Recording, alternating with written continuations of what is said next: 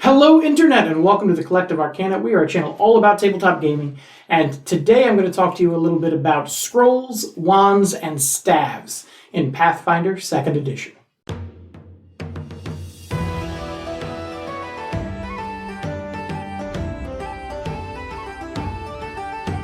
Spellcasters in need of a little extra power or versatility have quite a few options available to them in Pathfinder Second Edition, and I just wanted to go over what some of those tools are, how they compare to each other, how they work, and what the pros and cons are for each. Now, scrolls, wands, and staves have all existed in various forms in all sorts of different versions of these fantasy tabletop games.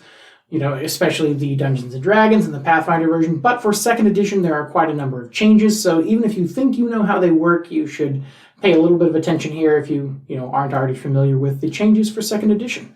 It's worth noting that all of these items use your normal spell attack and DCs, nothing set by the item themselves, unlike traditional magic items. Also worth noting is that all of these have to be held in your hand, so all you tricksy wizards out there, don't forget to spend that interact action pulling out your wand or scroll as need be. First up, let's talk about scrolls. Now, scrolls are what you get when you cast a spell into fancy paper and runes and sigils designed to store that spell for later use. Activating the scroll casts the spell no differently than if you'd used your own slot, and then the scroll is destroyed. They are typically the cheapest and most accessible options for your adventurer, and they'll be encountered typically long before you'll start seeing wands or staves. They're also relatively easy and cheap to craft, and they're a great downtime activity because they will craft in batches. Now, all the scrolls that you craft must be the same spell at the same spell level, but still, it's great for utility spells that you expect to use fairly often, but don't want to burn up your prepared slots for. Scrolls can be found or made with virtually any spell in the game except for focus spells, cantrips, and rituals, and that's going to carry over to wands as well. What is unique about scrolls amongst these other options is that a scroll does not require you to supply any material or, more importantly, sometimes cost component when you're casting the spell. This is because those materials are taken care of when you actually make the scroll. So if you find a scroll and it's got a spell in it that would normally have a pretty costly material component or, an actual cost, as some spells do, that's a big win because you can bypass what is arguably one of the biggest hurdles to casting that spell, which is, again, that special material or money cost. However, of course, if you are crafting them, then you still have to supply all the items as if you're for each one that you're crafting, so it's not a great thing there. Although, again, you were going to need those items to cast the spell at any rate, so it's not really a bad thing either. And just because you are bypassing that material or cost, that does not mean that you are casting the spell with fewer actions. That material component just becomes a somatic component. The spell must be on your spell list for you to cast it, but it does not need to be in your repertoire or in your spell book. Additionally, the spell can actually be one that's a higher level than you can normally cast with your own spell slots. So if you can only cast 3rd level spells and you find a 5th level scroll, as long as it's on your spell list, you can use it. In addition to being cheap, accessible, and varied, scrolls also are pretty cool loot because if you have a certain type of prepared spellcasters, witches and wizards, for example, they can actually learn spells and add them to their spellbook from scrolls. Next up, let's talk wands. Wands are short and slender items, typically but not always made of wood. Like scrolls, a wand can contain pretty much any spell except cantrips, rituals, and focus spells. Unlike scrolls, a wand can be used once per day without being destroyed. Additionally, if you really need to, you can overcharge a wand, and that allows you to cast the spell contained within it a second time that day.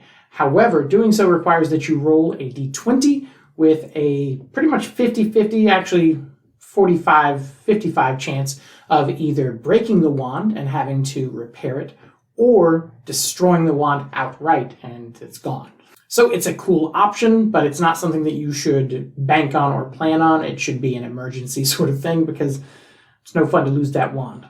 As with scrolls, a found wand must be identified, and as before, you automatically succeed that check if it is a spell that is a common spell on your spell list. And like scrolls, wands will state what level spell they contain if the spell has multiple levels available. If no special mention is provided, then it's going to be casting the spell at whatever its base version is. Like scrolls, material components can be replaced with somatic components. Unlike scrolls, if there is a cost associated with casting the spell, you do have to provide that at the time of casting. Finally, a special note on wands. Some wands contain specific spells and also alter either the effect or how that spell is cast. This is pretty cool. It means that for you, with that wand, your fireball may be a little different than the standard fireball. A few good wands can really open up your versatility as a spellcaster and give you a whole lot of new options without having to burn through your spell slots. And that limited use per day, but renewable in its way, means that they'll be around and a part of your character for a long time and something that you can really count on. Finally, let's talk staves. Magic staves may appear as simple as a bow staff, as common as a walking stick or cane, or as ostentatious and dangerous as any other magic item you may find. Staff can be used to cast a variety of magic spells throughout your adventuring day, and the exact spells that are included in a staff are listed on its item description, usually with bullet points. Many staves may also be available at different power levels, but a more powerful staff will always contain all the spells listed in its weaker versions. So, don't think that you're giving up great low-level slots just because you've got the stronger version. They're all there. Every morning when you make your preparations, you can choose to prepare a staff. The prepared staff gains a number of charges equal to the highest level spell that you can cast, and you can use those charges to cast spells from the staff at pretty much a 1-to-1 ratio. A third level spell will cost you 3 charges. First level spell will cost you 1 charge. A cantrip, which can be on staves, unlike wands and scrolls, never costs any charges, so nice versatility there. You can only cast a spell from a staff if it appears on your spell list, and you cannot prepare a staff at all if at least one of its spells do not appear on your spell list. A single person can only prepare 1 staff per day, and a single staff cannot be prepared by multiple people per day. So unlike something like a wand or a scroll that you might be able to pass around the party as needed, every day that wand or that staff is going to be set who can use it. Staves also have an additional benefit that varies depending on if the user is a prepared spellcaster or a spontaneous spellcaster. As part of their daily preparations, a prepared spellcaster can expend one of their spell slots to add additional charges to the staff. So for example, if your staff would normally have 3 charges and you expend a 3rd level spell to give it more charges, it goes up to 6 charges for the day. A spontaneous caster cannot add extra charges, but they can sacrifice their own spell slots on the fly to pay a reduced charge cost to cast spells from the staff. So let's say you have 3 charges in your staff and you want to cast a 3rd level spell from that staff. However, you don't want to leave your staff without any charges for the day. So you can expend one of your own 3rd level spells and 1 charge from the staff and cast that 3rd level spell, leaving yourself 2 spell charges remaining in the staff, and however many spell slots you may have remaining. That sort of sounds like a bad deal. You're functionally paying 4 charges / spell slots combined to cast a 3rd, but the thing is that, let's say, for example, this 3rd level staff, or let's say this staff has Fireball as a 3rd level spell, and you expect to need a lot of fireballs. The prepared spellcaster paid one of their spell slots and has 6 charges, and they can cast Fireball from the staff a total of 2 times. Now, granted, they're going to have all of their 3rd level spell slots left, which is great. But if they didn't prepare Fireball with those others and a 3rd Fireball is needed, they do not have that option. Versus a spontaneous spellcaster who, because they're only paying 1 charge from the staff, as long as they're willing to burn and have 3rd level slots remaining, they can cast that 3rd Fireball spell with that staff. So, as with most things, the spontaneous caster has a little bit more versatility with it, but maybe is paying a little more than the prepared, which, you're paying to not have to prepare, so that's not bad. we've done videos, and you should check out our videos on spellcasting, the pros and cons of being a spontaneous or prepared.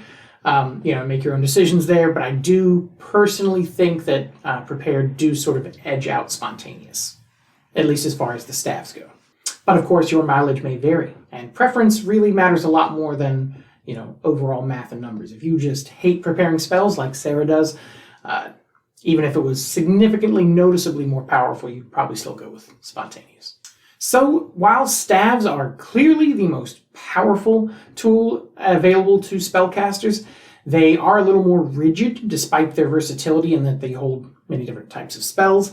They're rigid in that you can only have one of them that you are attuned to, for lack of a better word, each day, and you cannot share it amongst a party like you could with, say, a wand or a scroll. You might redistribute those before certain fights based on a game plan that you have.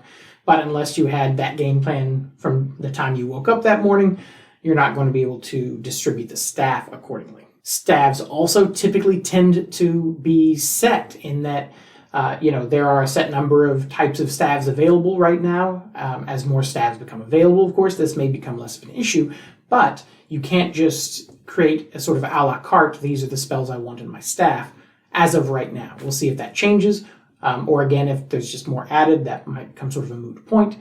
But it is worth noting that, you could have 6 or 7 wands, might be a little expensive to do, but you could have 6 or 7 wands and have a curated suite of options that you expect to use regularly. And in that way, wands would be a lot more versatile than the staves, and scrolls just significantly more so because they're so cheap. If you had enough downtime and enough gold, you could have functionally unlimited spell slots, and all sorts of copies of the same spell that you may need. Staves, while powerful, are definitely not the be-all, end-all. In fact, as with most things in Pathfinder Second Edition, you're going to want a variety. You're going to want to have, access to a few scrolls, a couple of wands, and a good staff. So that's it for scrolls, wands, and staves. Hopefully you learned something. If you have any questions, we'll be happy to answer them down below. Also, come check us out over on the Discord. We talk about a lot of things. It's a great way to get a quick answer. There's usually somebody on over there, and we're always willing to help create a nice, friendly space for everybody to come hang out. If you liked the video, hit the like button. If you haven't yet, please do subscribe. It really helps us out, and it's great to know when we're doing a good job. That's it for now. Welcome to the Collective. Thanks for watching, and we'll see you next time.